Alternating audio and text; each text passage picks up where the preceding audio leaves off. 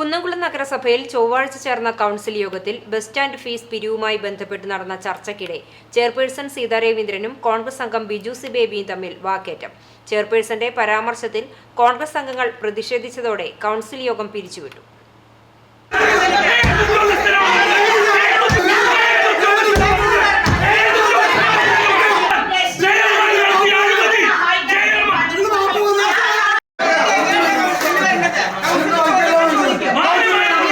പുതിയ bus stand ലേലത്തിൽ നിന്നും ഒന്നാം കരാറുകാരൻ പിൻവാങ്ങിയ സാഹചര്യത്തിൽ രണ്ടാമത്തെ കരാറുകാരന് 22 ലക്ഷം രൂപയ്ക്ക് ലേലമുറപ്പിച്ചത് ശരിയായ നടപടിയല്ലെന്നും വിഷയത്തിൽ റീടെൻഡർ ചെയ്യണമെന്ന് കോൺഗ്രസ് അംഗം ബിജു സി ബേബി യോഗത്തിൽ ആവശ്യപ്പെട്ടിരുന്നു.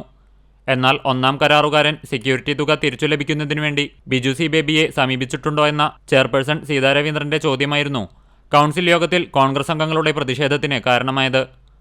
കഴിഞ്ഞ വർഷത്തേക്കാൾ 3 ലക്ഷം രൂപ വർധനവിനാണ് ബസ് സ്റ്റാൻഡ് ലേലം ഉറപ്പിച്ചത്. പങ്കെടുത്തവരിൽ നിന്നും 1 ലക്ഷം രൂപ വീതം സെക്യൂരിറ്റി ഡെപ്പോസിറ്റായി നഗരസഭ വാങ്ങാറുണ്ട്.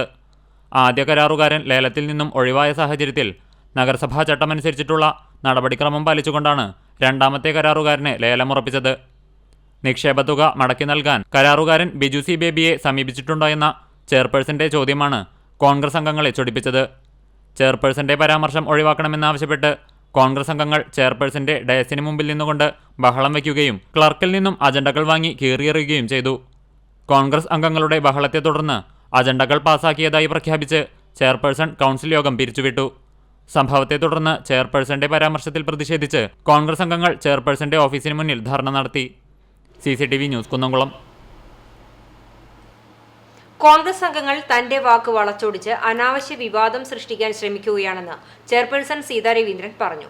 കൗൺസിൽ യോഗത്തിൽ ബസ് സ്റ്റാൻഡ് ഫീസ് പിരിവുമായി ബന്ധപ്പെട്ട് നടന്ന ചർച്ചയ്ക്കിടെയുണ്ടായ പ്രതിഷേധത്തിൽ പ്രതികരിക്കുകയായിരുന്നു ചെയർപേഴ്സൺ.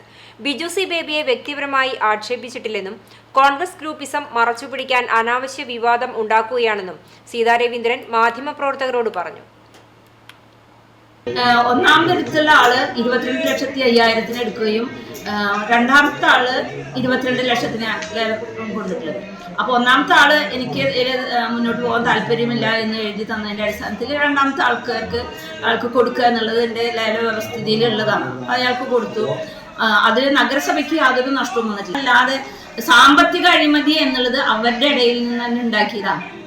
അത് അവരുടെ ആളുകൾ തന്നെ അതങ്ങനെ വളച്ചൊടിച്ച് ബിജുവിനെതിരെ കൊണ്ടുവന്നത്. ഞാൻ എൻ്റെ ഭാഗത്തു നിന്ന് അങ്ങനെ ഒരു സൂചന പോലും കൊടുത്തിട്ടില്ല. നിങ്ങളെ ആരെങ്കിലും സമീപിച്ചിട്ടുണ്ടോ എന്ന് ചോദിക്കുന്നത് സഹായിക്കണം എന്ന് പറഞ്ഞിട്ടാണ്. അതല്ലാതെ സാമ്പത്തിക അഴിമതി എന്നത് അവരുടെ ആളുകൾ തന്നെ എഴുതി പറഞ്ഞുണ്ടാക്കിയിട്ടുള്ളതാണ്.